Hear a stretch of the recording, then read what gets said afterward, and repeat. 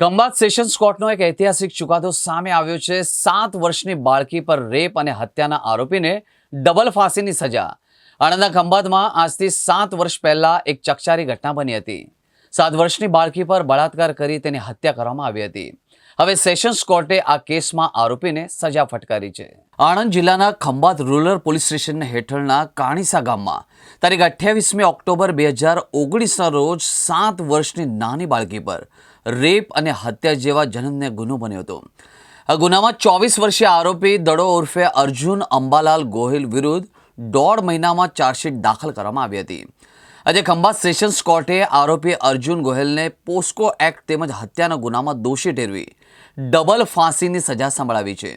આ ચુકાદો ન્યાયની દિશામાં એક ઐતિહાસિક પગલું છે, જે પીડિતા અને તેના પરિવારને ન્યાય આપવા સાથે સમાજમાં આવા જઘન્ય ગુનાઓ સામે કડક સંદેશો આપે છે।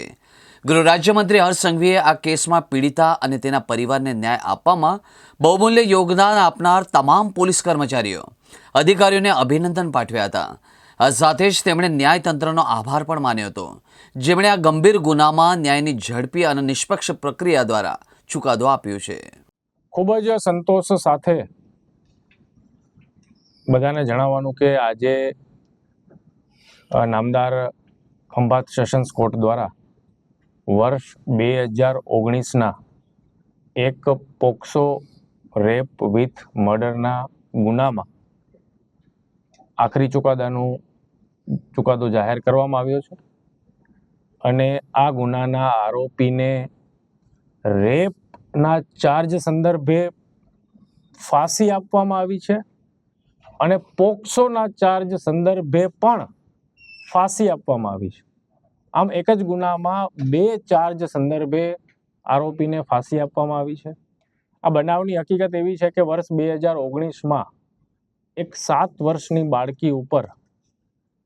રેપ વિથ મર્ડરનો ગુનો 10મા મહિનામાં દાખલ થયેલ હતો। પોલીસ દ્વારા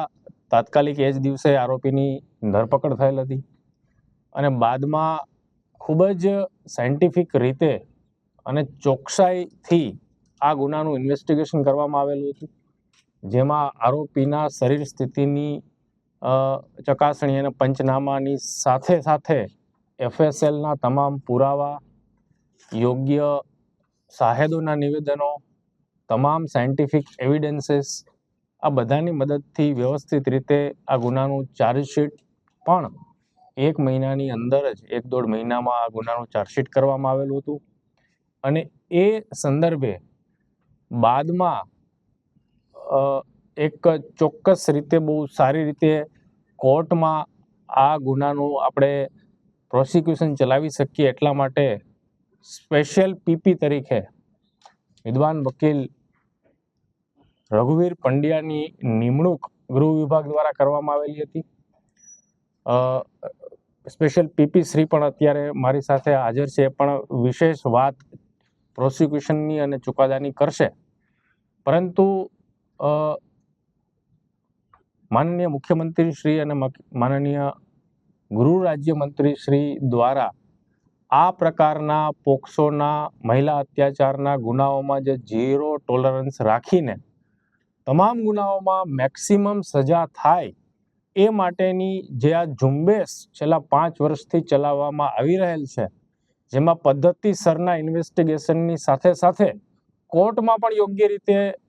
પક્ષ મૂકવામાં આવે પ્રોસિક્યુશનનો અને મહત્તમ સજા થાય એ માટેના જે પ્રયાસો કરવાની સૂચના મળી છે પોલીસ વિભાગને, એ માટે પોલીસ વિભાગ પણ કટિબદ્ધ છે। આવા તમામ ગુનાઓને ગંભીરતાથી લઈ સત્વરે એની તપાસ ગુણવત્તાયુક્ત થાય અને એમાં મહત્તમ સજા થાય એ માટેના પ્રયાસો કરવામાં આવી રહેલ છે, જેના ભાગરૂપે આજે આ ચુકાદો નામદાર ખંભાત સેશન્સ કોર્ટ દ્વારા સંભળાવવામાં આવેલ છે।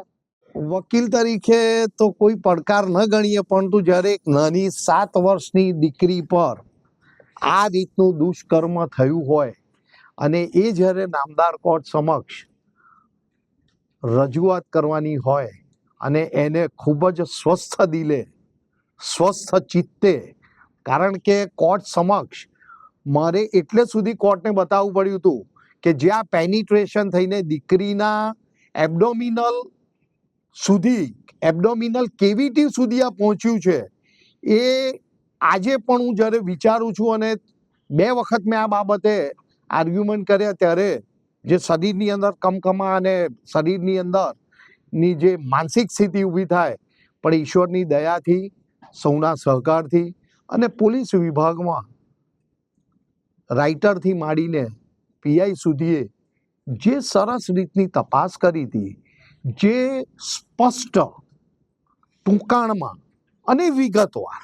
નાની વસ્તુ હોવી એ જરૂરી નથી, પણ એની જે સ્પષ્ટતા હોવી, એ જે તપાસ કરી, જે રીતના પંચનામા કર્યા, એ ઘણા જ ઉપયોગી આ તપાસમાં થયા અને નામદાર કોર્ટે એની ખૂબ જ ગંભીરતાપૂર્વક નોંધ લીધેલી છે.